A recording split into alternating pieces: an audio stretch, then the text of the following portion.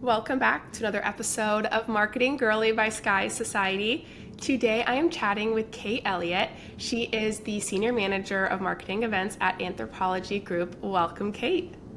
Thank you so much. I'm so excited to talk with you, Natalie.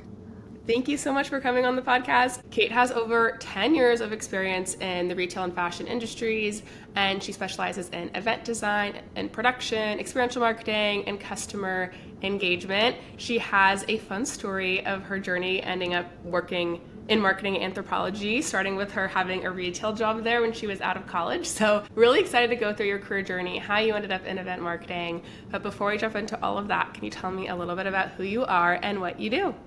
Yeah, so I am the Senior Manager of Marketing Events at Anthropologie Group Brands. I've been here almost 4 years now. I am originally from San Francisco, California, but I've been on the East Coast for almost a decade, like this summer. And I started out of college in retail and then moved to New York kind of on a whim and started in New York Fashion Week production. And then one thing led to another and I moved to Philly, like I said, about 4 years ago. And I've been at Anthro ever since, and it's been so fun and it's kind of dream job. So yeah.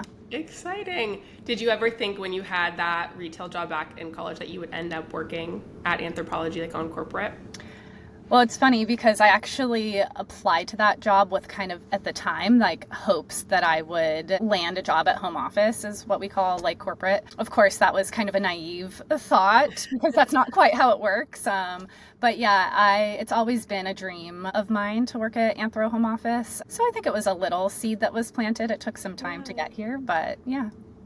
It's always fun because I know sometimes with guests, they have it like they kind of know where they want to be, or they have like a dream company or position in mind, and then others don't know what that is yet and they're kind of figuring it out. I think you're kind of like a little bit of a mix of both of those things, so I'm excited to chat through that. Can you start by just telling me a little bit about what your role entails, kind of overseeing events at Anthropologie? Yeah, so general title is marketing events, but kind of how we frame our team, which I think is an easy way to digest it, is we have a brand event side of the business and then our retail event side. So I manage a team of two. I have a retail events associate and a brand events associate. And that is really like we run like any and all types of events. So retail events, obviously that's pretty straightforward. So things that happen in store, I'm sure anyone who knows the brand or shops in store knows like our pop-up markets or like our styling parties or like a soiree. So that is through our retail events associate and our retail arm of the business. And then from a brand event standpoint, that's more like your press events or influencer. So maybe something for like a campaign launch or something of the sort. Like I was just in New York on Tuesday for a press event for an artist collaboration launch, new collection with the Mediterranean dish that we just launched. And that was like an intimate dinner for press. So yeah, we kind of we oversee all sorts of event formats. We also partner often with the partnerships team on more of their like bigger experiential activations, as well as like pop-up openings and things like that. Incredible. Literally sounds like so much fun. I also love hearing about, I think in marketing too, there's just so many roles like this that are just truly sound so fun to work on. I'm curious, since you're planning or organizing so many different events across just so many different types of events, what is your source of inspiration, or how do you get inspired or coming up with themes or ideas for all of the events that you're working on? Yeah, well, luckily Anthropologie is like, creatively rich brand. Storytelling is like at the heart of this brand. So it makes our job easy, I would say. And like the visuals are just so potent, and we have such an amazing like creative and art team. So like the starting off point, like for ideation is like, they give us so much to work with, but really, I guess like how we frame our event concepts, our event strategy will be through like our marketing campaigns or marketing quarterly sort of plans. And then, so like seasonal, if you will. So like, for instance, we're kind of we're already in spring, but like spring planning. So we'll find out kind of what that through our marketing leaders and marketing partners, like what is sort of the marketing plan for spring? What's the visual going to look like in store, digitally? What are our priority product, all of that kind of stuff. And that sort of grounds us in concepting, and then we'll sort of, piece it all together and think through like what can we bring in store, what do we need to support from like a more brand or digital standpoint, and then we get to have all sorts of fun with that type of stuff. It is a very creative job, and there is a lot of freedom in what we do, and there's so much collaboration here. So it's really cool to be able to take something that is just, on a PowerPoint deck that we get shared with us and then say, and this is how we're going to bring it to life and bring it to our customers. Awesome.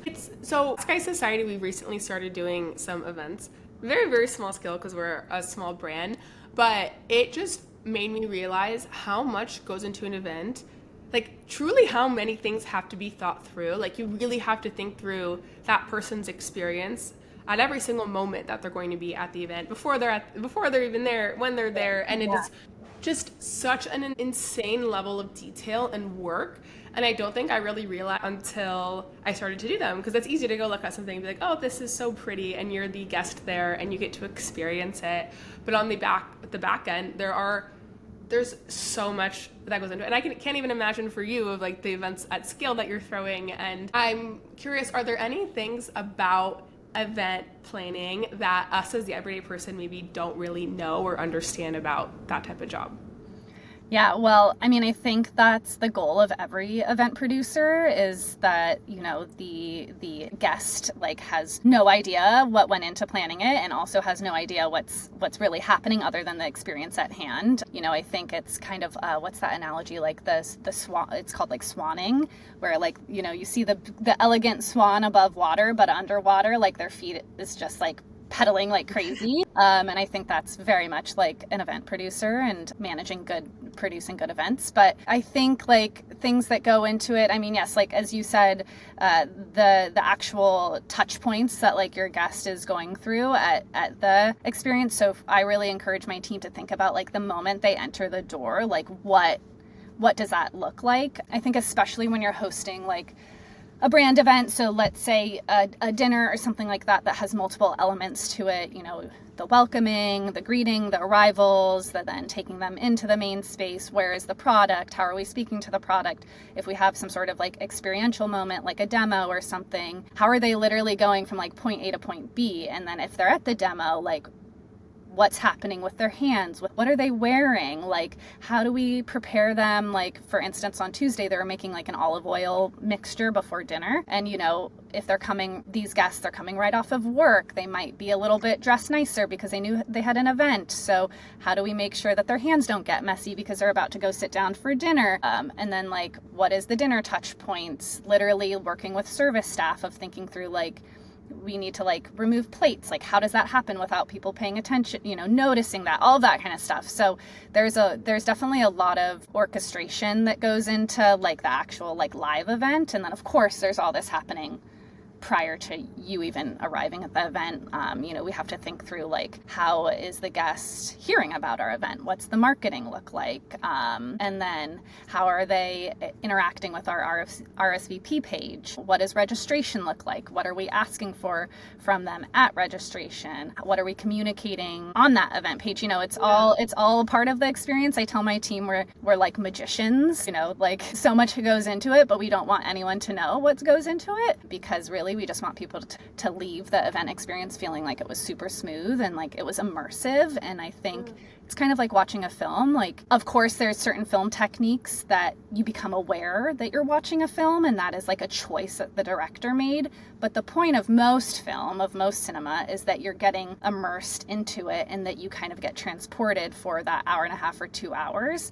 And you're not getting jolted out of the reality that, that they've created or they've presented to you in that film. And that's an event, and it's 2 hours in time, and then it's done, and hopefully they had a great experience and they'll come back. I love that analogy of the film producer, because like, as you mentioned, there's just the details are truly what makes a good event great, of really, really thinking through. And maybe everyone can kind of has had that experience of going to an event where things didn't quite make sense. I definitely know I've had that experience as well, of things not really fitting together. It's, like you listed out a million things that maybe you don't always think about when you are the one attending and being a guest. Is there anything that has gone crazy wrong at an event? Or like, is there a mistake or a flop or something that just like comes to mind of like, oh my gosh, this crazy thing happened that you had to kind of work on your feet to solve? Oh gosh. Like in any of my events or like specifically anthro events? It can be any, or just, I don't know if there's Okay. a fun story that comes to mind. Well, I do think of, because so when I was first starting out, as I kind of mentioned earlier, I started working for a production company. I was freelance. They did they produced New York Fashion Week fashion shows and events. And gosh, that was like a crash course in like what could go wrong, because it's New York Fashion Week, stakes are high, and there's so much that goes into producing like, what is it, like a 20-minute show. But I remember working, I think it was Ralph Lauren's show when I first started out, and it was outside of their store on like Fifth Avenue. And we did have like tenting, if you will, for weather, but it was, I believe, the summer season, or it was in the summer. And so, of course, New York City can pour at any time in the summer, and it just so happened to downpour right before the fashion show was going to go live. So I'm just like a 20-something production assistant, and I'm watching like my producer up on a ladder, like sweeping rainwater off of the tent.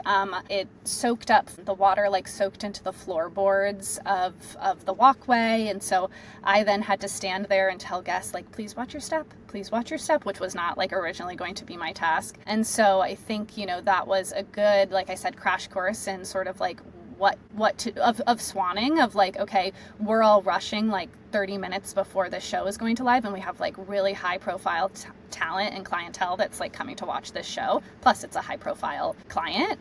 And how do we then look completely composed and like ready to receive these guests? And I hadn't anticipated being like audience facing for that event. Like, I was a production assistant. I'm just supposed to be behind scenes, but I had to like step in and support in that way. And that has always stuck with me, because it was really like all hands on deck. And I think about that, and I bring that up with my team often, because like, you never know, it might downpour 5 minutes before and the show must go on some way, somehow. And it did. And I don't know, I never asked any of the audience like if they noticed that there was any sort of chaos prior, but it all went down. Yeah, the show must go on. Exactly. Must go on.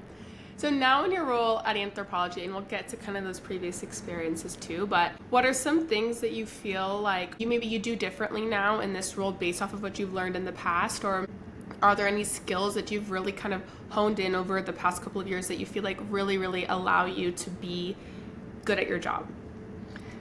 Yeah, I think a huge thing that I've learned and I've gotten a lot better at as I've gained experience is being flexible. And I think learning to pivot and be okay with pivots. I think the thing, especially in the events world, is, I think any job, any marketing job, but I would say events, because there is a physical production that happens, and you kind of set an event date, and it's going to go live, right? Like, you can't really postpone it. You can, but there's a lot more that goes into postponing it than one might think.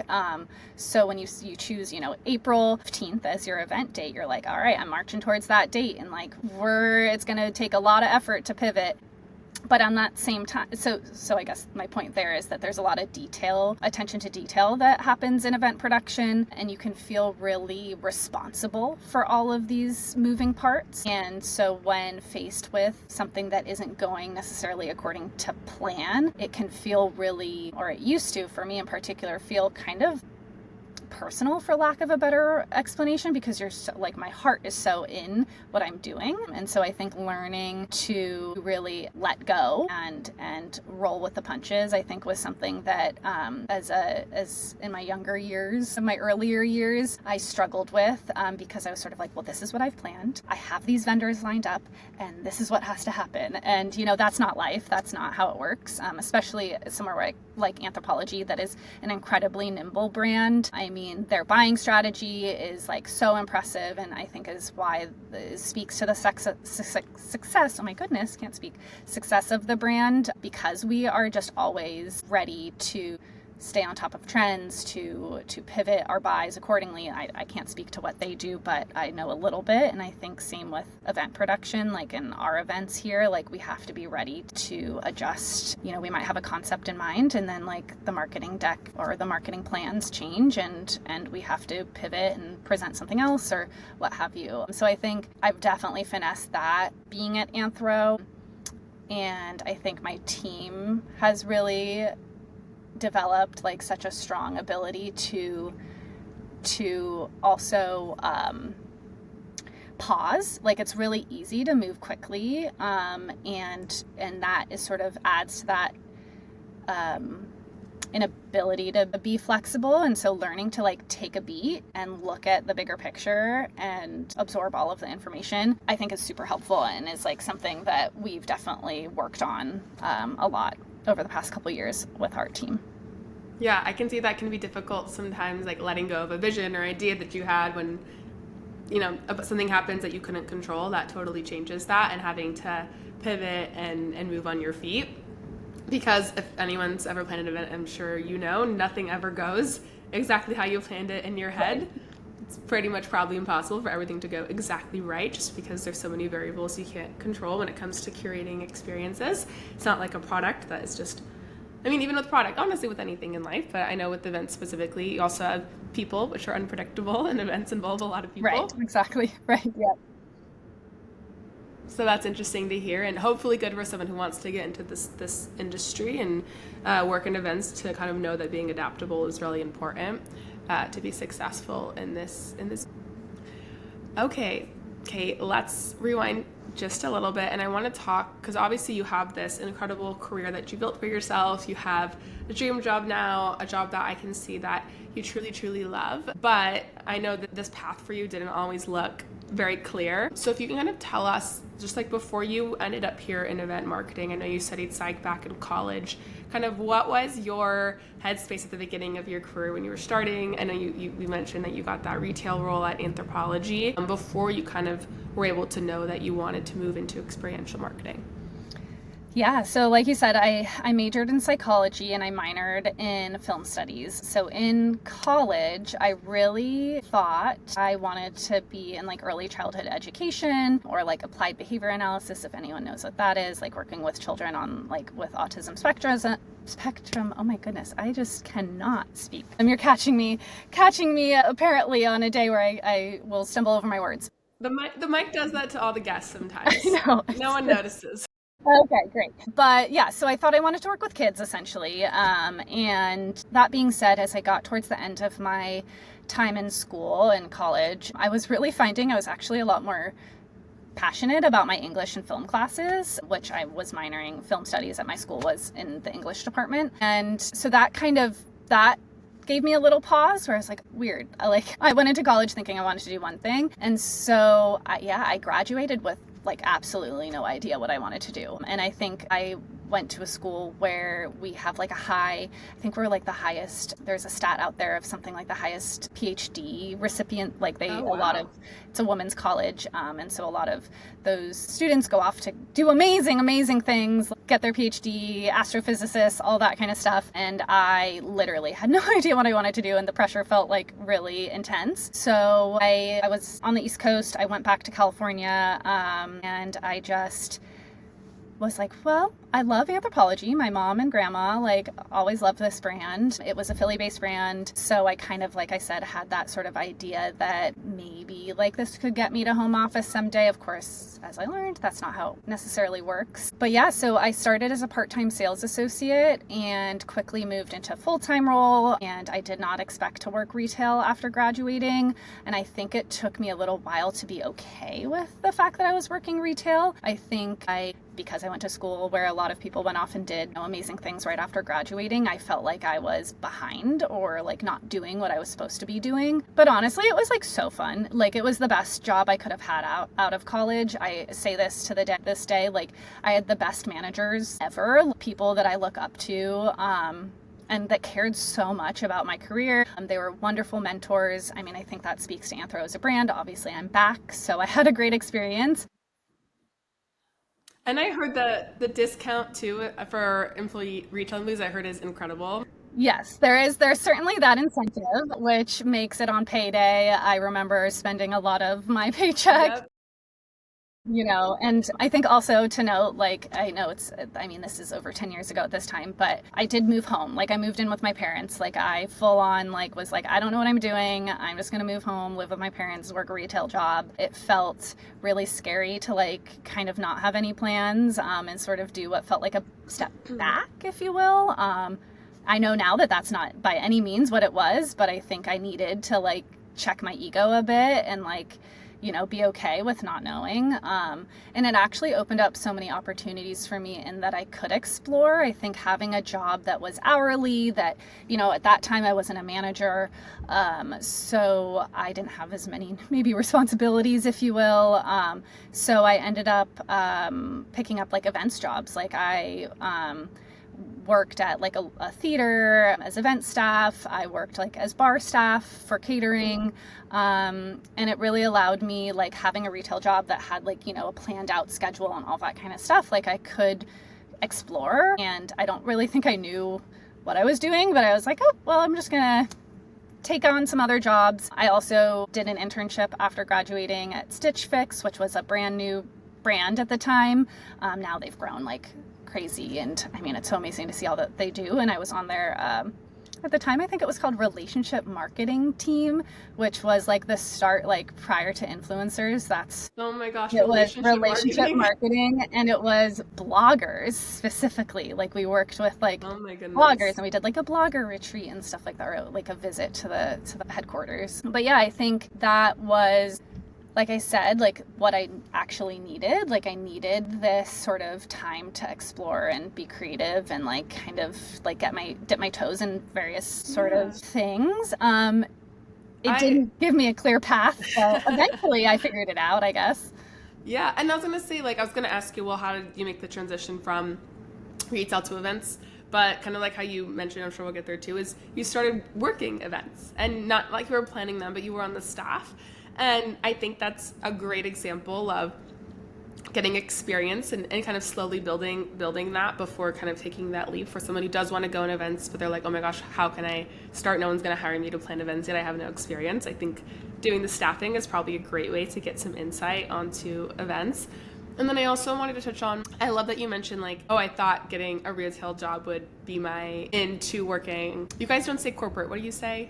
Home office. Home office, working in the home office. But you were like, I realized that was not the case. I think that's an important realization, because I know a lot of people talk about, oh, I have this dream company.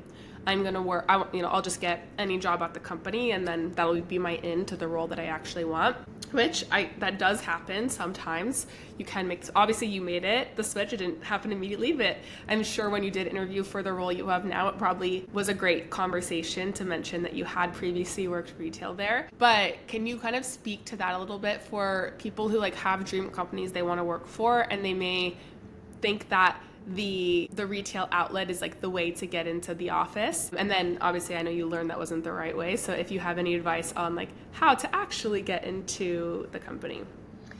Yeah, I mean, I think so. In specifically going from like the retail sector of a business and then trying to branch out into like the corporate sector, I think that can be more challenging because the sort of responsibilities don't necessarily directly apply, if you will, right? Like working with people in a retail setting isn't the same as like working at a computer and taking meetings and like that kind of stuff. So I think there is a bit of a learning curve that comes with that. And I think so then if you're going to sort of work retail and try to jump corporate, like harnessing those skills that you might need in a corporate setting, obviously you have a great relationship building and like sales mentality, likely working in store. Customer experience, customer service is something that I'm sure you have a lot of experience in as a sales associate or a manager. Obviously, if you're like a store manager or something like that, there's more business acumen that you have than maybe just like a part-time sales associate. I will say, I can't speak like on the Anthro side. There is a whole, obviously, I think a lot of people know, our display teams, our design teams. That's a whole different skill set, and I'm not exactly sure how those translate to the visual teams here. But I would say in my situation, I was also just right out of college. I didn't have any experience. So I think it was presumptuous of me to think that I could land a job at a corporate setting without having literally any work experience. It does happen, I will say, but it's sort of right place, right time, right background. Actually, both my direct reports, my brand events associate, she was actually my intern. She was right out of college. She joined us in the summer. She worked as our events intern, and then shortly thereafter, we had an opening for an events coordinator position, and she was in the right place at the right time kind of thing, and had kind of proven her ability over that summer. And something with her that I think is I valued and I saw potential was that she did have some event experience, you might have in college, maybe helping like a sorority or planning a charity event or something like that. But she actually has a rich background in dance and theater. And I'm a former dancer. I am the kid of theatrical production parents. So I understood what that meant. Her visibility into theater production, maybe doesn't necessarily exactly translate to events, but I think having just like that groundwork gave her a leg up in some ways. And she also had worked in store briefly. So I think that was something I looked at, and I saw her skill set, and I saw that she had sort of this like framework that maybe she might not have had she not had this sort of personal background. And my retail events associate, that one where we were specifically hiring her to support our store teams. So I did want to find somebody with retail background because I needed somebody who understood how stores worked. Stores there's so much that goes into running a store, and there's a certain way it can be really challenging as a corporate team to work with field teams because they can't always just hop on a call, right? Like they don't have a bunch of time to read a long email. There's certain just like ways that they think about our customer that maybe doesn't always translate to teams who aren't interacting with our customer all the time. So I really actually actively sought out somebody with retail experience. She hadn't come from an anthro store, but I think any sort of retail experience was helpful for that particular role. I love those examples, and this is something I talk a lot about specifically with a lot of our accelerator students, is that you never know what experience will make you qualified for a role. And sometimes like that ballet and theatrical experience, she may have been like, oh my gosh, why would I ever put that on my resume? Or why would I ever talk about that in an interview? But that is something that you got to connect with her on. Like you both have a similar background. You saw that experience had a lot of transferable skills. And there are so many instances where I talk to girls and they're like, and I talk to them and then I learn things about them. I'm like, well, why isn't this on your resume? Like, why are you not talking about this? And sometimes there's kind of that feeling of like, oh, if it's not directly marketing experience and I'm applying to a marketing job, then it doesn't matter. But like you said, the retail experience made that person qualified for this role because they need to have that background. And so I think that's just a great reminder of be proud of all of your experiences, whether or not they're directly related to the role or not, because one, you never know how they may make you uniquely qualified for what someone is looking for, or how it might allow you to uniquely connect with the interviewer or the hiring manager that has or understands that background. I always say Division I athletes or college athletes are a great example of that. You might be like, well, why would I put that on my resume? But those show a lot of skills that you have. And so yeah, I kind of love that you brought that up. And I think that's just a great reminder that all experience is truly valuable. Yeah, especially when you're just getting started, right? I think about what I always encourage folks is to think about, what skills did you gain out of that experience? So a D1 athlete, right? Like that's a really regimented experience, like showing up on time, supporting a team, like following direction, understanding how to work under pressure. Like there are certain skills that can translate to a corporate setting. And I think in event production, there are certain things like I keep talking about being flexible, but being flexible or, it sounds kind of strange, but like anticipating the unknown, like having that foresight, like that is something that a dancer and somebody who choreographs and things like that kind of can or puts on productions can think through. And so, I think you might not have like, I don't do like Excel, but it's like, okay, but like what is required of like managing a budget on Excel? It's, seeing the big picture, understanding how the small details impact the larger budget or what have you. So like, what have you done that can translate to that? Yeah, because you're probably like, well, I can teach you most skills, but I need to make sure that you're teachable. and I need to make sure you have that foundation, because a lot of the technical stuff can be taught, but you wanted to make sure that, they have that foundation, so you know that if you're going to invest in training them, that they're going to be quick learners. And I think sometimes, especially with entry-level roles, I think people think they need to have so much experience, and that's not always the case. And a good manager is going to see the potential and want to invest in that. Totally. All right. Love all of that. So we were kind of talking about this, not knowing what you wanted to do at all after college, and be feeling a little bit behind other people, your friends or other people from your college, which I think is universally relatable to everybody at any stage in their life. I still feel like I'm behind people my age all the time, and I'm sure everybody feels that on some level. I think it's really, really relatable, and I love this perspective have of that, it really gave me the time. It was an opportunity for me to explore other things. So can you tell me kind of how you were able to make that transition from retail and then now starting to pursue events? Yeah, so like I said, I had started to sort of like dip my toes in events when I was working in store. And then I had this marketing internship, so I kind of got to see that side, and I was like, oh, okay, marketing could be interesting. And really, I think on a whim, quite literally, my cousin was living in New York and was like, hey, I need somebody to like sublet my apartment for the summer. Like, I can give you the family discount. Do you want to come? And I was like, why not? Like, when else in my life would I be able to do something like that? So, I did have to like sort of leave a job that I loved to sort of try something new. And I had that thought in the back of my mind where like I could work for Anthro in New York if I wanted to, like in store, because I had that experience in San Francisco. But I moved to New York, and I told myself if I didn't find a job by the end of the summer when my cousin was back, that I would go back to San Francisco. I ended up staying for 6 years. So that tells you, oh my goodness. Yeah, I did not expect that. But, I spent that summer, I didn't have a job. Like, I literally drained my savings. I tried to figure out what I wanted to do. I was taking informational interviews through just like connections that I had. I was exploring like copywriting because I liked my English classes in college, and I did have a few freelance copywriting jobs for like fashion blogs. I was like applying to copywriting jobs, and I felt totally like out of my element. Moving to New York and applying to like copywriting jobs at like big fashion brands, I was like, what am I doing? But it was a great experience. I think being scared is like the best way you can learn. And then I ended up getting a freelance production assistant gig with a production company.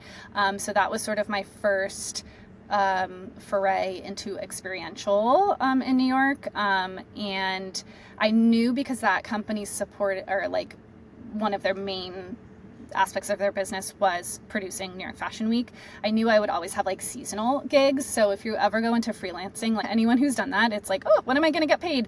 How am I supposed to like structure my life, right? And I had to think about that. New York is not a cheap place to live. So that was something that was always top of mind. But I was able to sort of structure my life around the seasonal aspect of that production gig. After some time, I did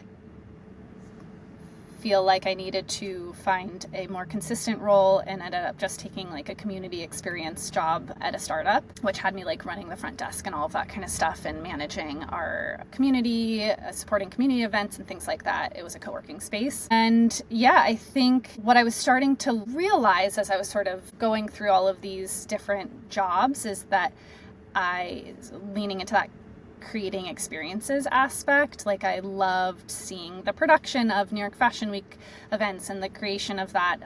Working for this startup, I really loved seeing the community engagement. And so I was starting to see these sort of connections across my role.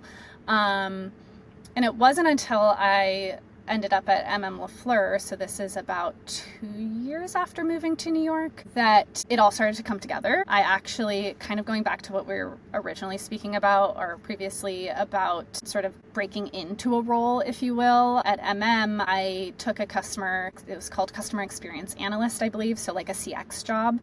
I didn't necessarily want to do that, truthfully, but I had my sales background and I had my retail sales background, and I was familiar, obviously, being a production assistant, of working with guests. So I knew that I had the skill set that could get me that role. And it was after being in that role for, I think, like 6 months that I started supporting their pop-up team.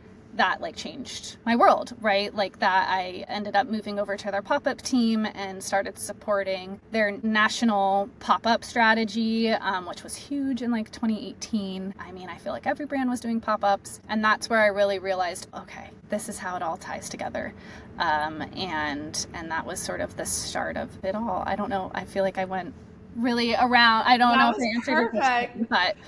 And I feel like such a great way to tell it in the sense that, and I kind of love always starting with like, okay, Kate's got this awesome role. It sounds so great, but it wasn't always so clear of how you got there. And I know something you had mentioned to me is that now that you have found your way, you love helping others find their way when they're feeling like their own path is unclear. And I think a lot of people, no matter what stage in your career you are, and may feel like where you are, you may not know exactly where you want to go, or things may not be totally making sense, or you have all these roles and the vision isn't quite there yet. So what's some advice for someone who's feeling like they're working really hard, but their career path is not clear yet? Yeah, I mean, I think finding what ties it all together.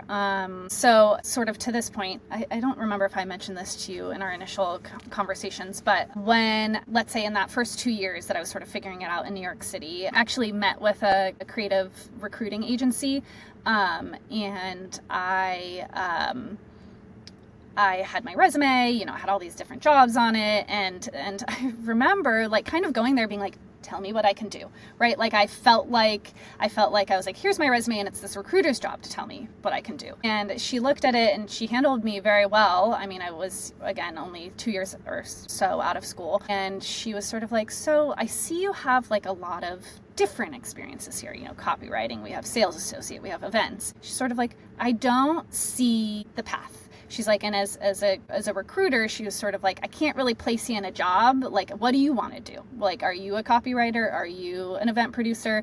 And I was sort of like, I don't know, you tell me. Do you see my resume? And I thought, you know, at the time that was really kind of disheartening to hear from her that she couldn't like see a vision. And she kind of just advised me like, keep taking on the jobs, try to find like something a little bit more consistent, get a little bit more experience in one of these fields. And I think that was a really good experience for me to have because it taught me that, you know, somebody can't tell you what your path is, right? It's not their job necessarily. I'm sure there's people out there who it is their job. But so I think for those who don't feel like they have a path or can't quite understand, I think finding first, you know, leaning into maybe one of those interests. And then at the same time, it's like if you have multiple jobs or you have multiple passions, it's like, what is the thing that connects them all? So for me, what I realized actually really applying to this role when I was sort of presenting all of, you know, reworking my resume and all of that, storytelling. Like I'm a brand storyteller.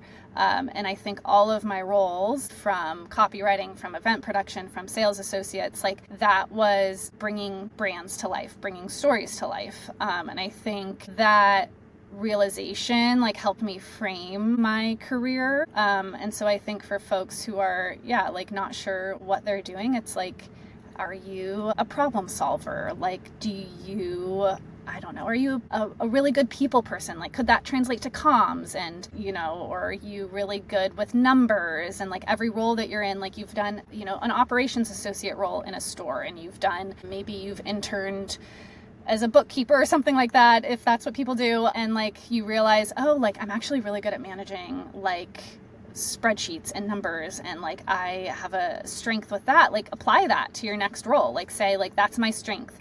That's how every single one of these positions, that's what I've done and I've brought to the table, even if it's like across so many different industries. So I think that taking that time and really for me like realizing how everything connected was like super helpful, and later on for me to see that I have been doing something all this time that is tied together. I just didn't figure it out. Yeah, it's not always a job title also. Right, exactly, yeah.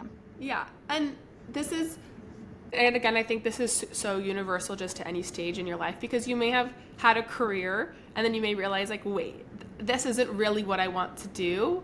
Like I'm not, you know, I think a lot of people come in a point in their career where they want to make a switch.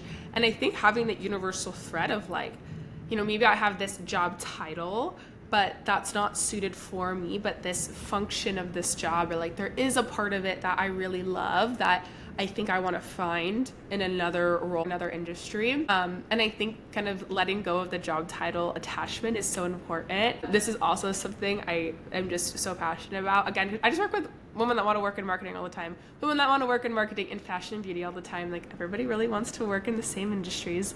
And I always love saying that it's circumstance matters more than subject matter. There's so many parts about your job that are going to make you love it. And while it's great that you want to work in marketing, it's really thinking about like, well, why? Why do I like this? And like go deeper than that. And for you, I love that thread of storytelling, and that is absolutely bleeds into what you do heavily with event marketing. Yeah. Being able to say like, okay, I can't be attached too much to a title or an industry, but I'm going to be attached to the work that energizes me.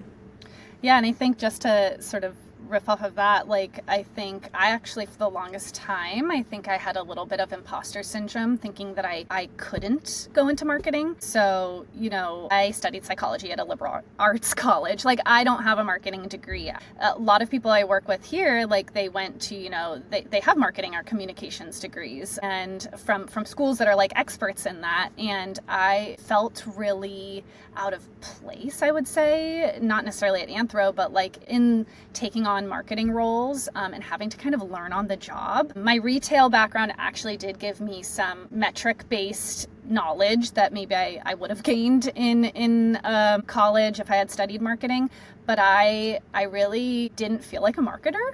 And I think that limited myself in that regard of feeling like, oh, well, I didn't study marketing, so like I can't apply to marketing jobs.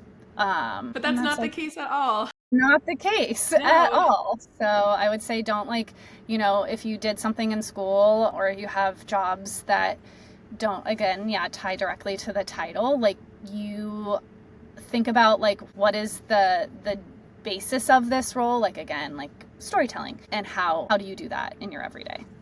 Yeah, I absolutely love that. Also, surprisingly enough, so like I mentioned, obviously Sky Society, we're all for the marketing girlies. I have a lot of data on the girls that want to work in marketing. And for our accelerator now, 11% of our students have psychology degrees, which is just as much as the girls that come in with communication degrees.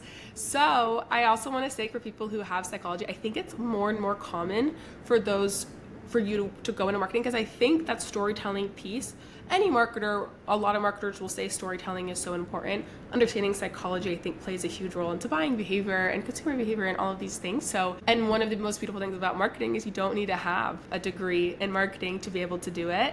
And I think psychology is a great example. And I literally was just thinking, I was like, I was actually just going over this the other day with our team of like, okay, what degrees are people in that try to get into marketing? And psychology, surprisingly enough, is one of the top ones. Yeah, and that's a good point. Yes, like psych is all about understanding people and behaviors and all of that kind of stuff. So it definitely applies. And I think for myself, like psych and film was like an interesting pairing that in some ways feel like on the opposite ends of the spectrum, but actually are like directly tied to one another. Of course, like film is psychology on the screen in many ways. So, and that I definitely think I realized working in store and like working with people, I was like, oh, I do have a like, this directly applies. And then yes, there are a lot of people, like everything is about like behavior and customer analytics definitely looks at that type of stuff. So I'm sure that's certainly not a hindrance. Yeah, but like you said, it's totally don't want to in the moment be like, have that imposter syndrome and be like, well, I can't do it. But this also ties into the theme of like that your past experiences will help you for a role and you might not see it right away. And I think that degree is another example. I see this again all the time with girls who have degrees that aren't in marketing and they're afraid like, oh, like should I take it off my resume because it's not in marketing? And I'm always like, no, like it gives you a unique perspective. I've interviewed guests too that will tell me like, oh, I got this job because I had a different background from everybody else on the team and they liked that. And so I think embracing that is so powerful, and it's probably going to end up being a strength for you, which I'm sure now that background is a strength, and it helps you be better at your job, and it gives you a different perspective on your team than maybe other people that have the traditional marketing backgrounds. So yeah, I love that. This ties in our whole theme of the episode. It's great. All right, Kate, well, we've talked a lot. I know from there, Kate's story kind of dives more into her getting more marketing experience, and obviously now we know the ending or not the ending, but the current state of your career. I'm sure there's much more exciting things to come, but it has been so inspiring hearing your story, and hopefully really hopeful to women who might be feeling a little bit lost or just feeling like they can't see all the pieces of their career come together just yet.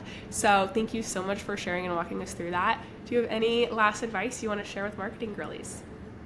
No, I think, just it sounds so cliche, but like be yourself and like lean into that. And like I think my psych background, I studied positive psychology, I studied abroad and really learned about that. And I believe in like strength-based leadership. So like if you have a strength, like lean into it, like if you're a people person, what does that mean? Like, how can you translate that to your career? If you love working with animals, what does that look like? Like, I think don't shy away from your passions and your strengths. Those are your superpowers, and it's better to just harness those than try to fit a mold or fit a job title, because at the end of the day, you are who you are. And also you do this like a majority of your life. Like you go to work, 8 maybe more hours of a day, 5 days, maybe more days a week. So it should be something that you're passionate about. That's not to say like if you're just taking a job, just take a job. That's also totally a thing to do. But I think, don't shy away from who you are and what you want out of your life. It's your life, I love that, Kate. Thank you so much for coming on Marketing Girly. It has been an absolute pleasure chatting with you today. Yeah, thank you.